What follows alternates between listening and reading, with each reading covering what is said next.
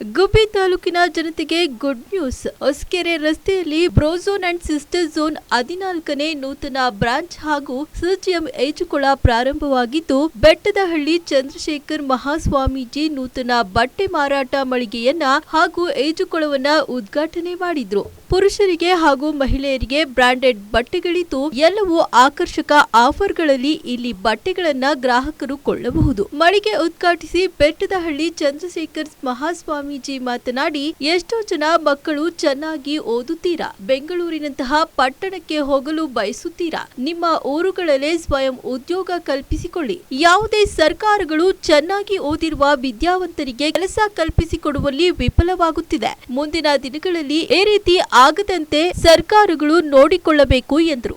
ನಂತರ ಬ್ರೋಝೋನ್ ಮಾಲೀಕ ಮಾತನಾಡಿ, ನಾನು ನನ್ನ ಹುಟ್ಟೂರಿನಲ್ಲಿ ಏನಾದರೂ ಸಾಧನೆ ಮಾಡಬೇಕು ಅಂದುಕೊಂಡಿದ್ದೆ. ಹಾಗಾಗಿ ಬಟ್ಟೆ ಅಂಗಡಿ ತೆರೆದು ಎಷ್ಟೋ ಜನರಿಗೆ ಕೆಲಸ ಕಲ್ಪಿಸಿದ್ದೇನೆ. ನಾನು ಕೂಡ ರೈತ ಕುಟುಂಬದಲ್ಲಿ ಹುಟ್ಟಿ ಬಂದವನು.